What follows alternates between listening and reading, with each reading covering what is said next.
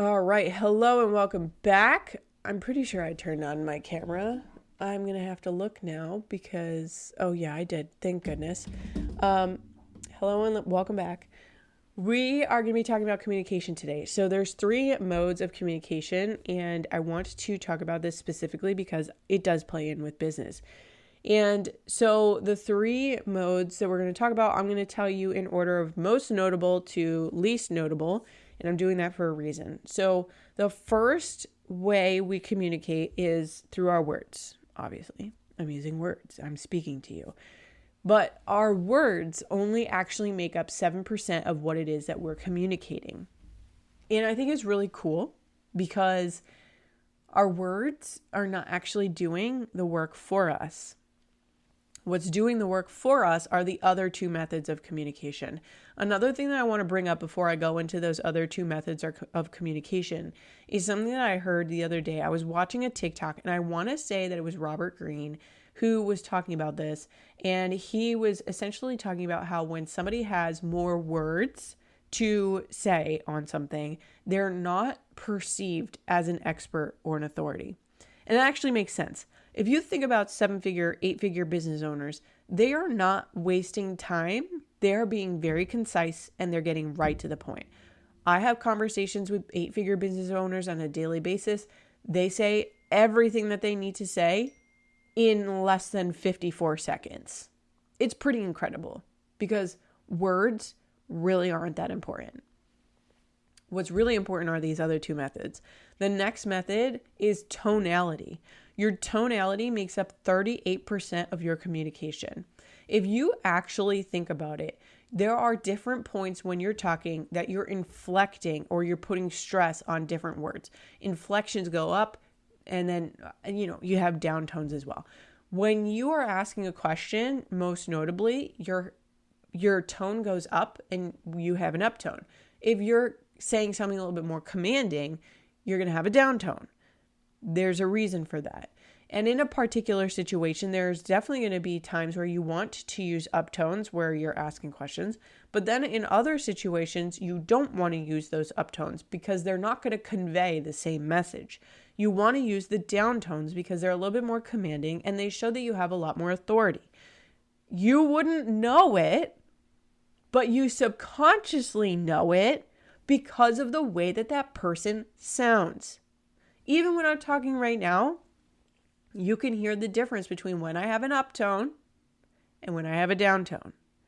It's all the tonality, how you deliver something is very important. How you stress words, how long it takes for you to say something, how long even in the terms of how I'm saying the word how right now, which if I say it again, I'm sure it's going to lose all of its meaning. It is the tone that is expressing so much more in this conversation than any of the words. And when I think about it, there was somebody I was listening to today, and they were talking about how getting into somebody's ear and having them listen to your voice creates this intimate connection that they would not have with you otherwise.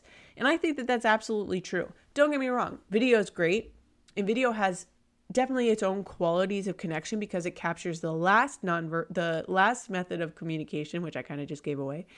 But when you're on a podcast and when you're listening to somebody talk and you have really good audio quality, then 9 times out of 10, somebody is going to create a connection to you because they hear your voice.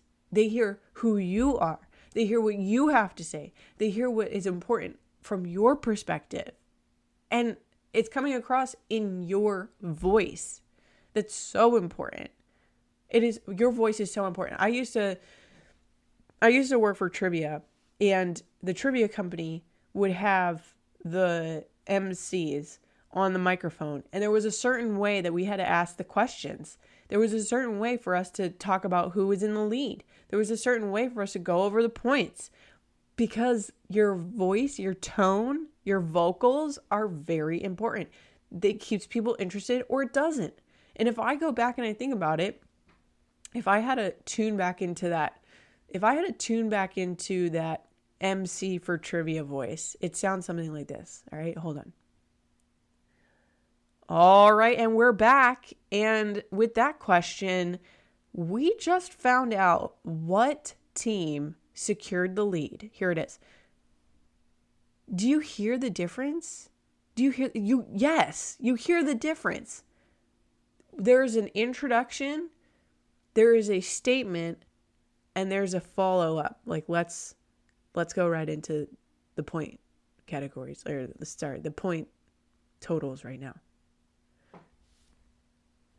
There is a whole sequence to it. You even heard it. All right, and we're back. Why do you think radio hosts talk the way that they do? Why do you think that podcast hosts talk the way that they do?